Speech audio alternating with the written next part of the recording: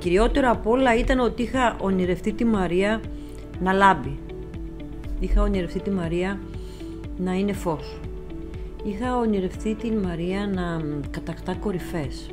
Καταλαβαίνεις ότι πολλοί άνθρωποι φτάνουν στον ενδιάμεσο στόχο και σταματάν, γιατί νιώθουν ολοκληρωμένα. Μην παρατάς ποτέ το όνειρό σου μέχρι να το φτάσεις.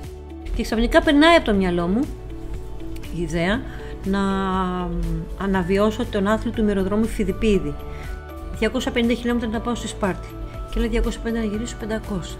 Ναι, αλλά εγώ θέλω να πάω και στον τύβο του μαραθώνα που είναι καμιά 40 ακόμα χιλιόμετρα για να αποτίσω φόρο τιμής στους 192 Αθηναίους μαραθωνομάχους. Μιλάμε για 524 χιλιόμετρα. Μα δεν πάω καλά, λέω, πού θα το βγάλω αυτό το πράγμα. Και άρχισα να το δουλεύω στο νου μου. Μέχρι να το ανακαλύψεις το παρακάτω δεν το γνωρίζεις. Γνωρίζεις μόνο ένα πράγμα, ότι ό,τι και αν σου συμβεί θα προχωρήσεις. Δεν ξέρεις πώς θα το κάνεις το παρακάτω. Δεν ξέρεις πώς θα ξεπεράσεις τη δυσκολία.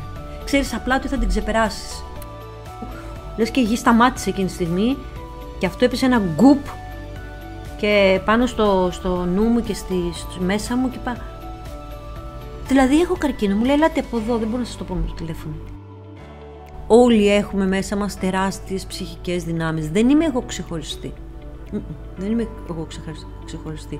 Όλοι έχουμε αυτές τις, ας πούμε σε εισαγωγικά, υπερφυσικές δυνάμεις, οι οποίες αν αποφασίσουμε να τις βγάλουμε θα πετύχουμε το δικό μας προσωπικό άθλο. Να έχει σεβασμό στον άλλον άνθρωπο, ο οποίος διανύει αυτό στο δικό του αγώνα. Πρέπει να σεβόμαστε την προσπάθεια κάθε ανθρώπου.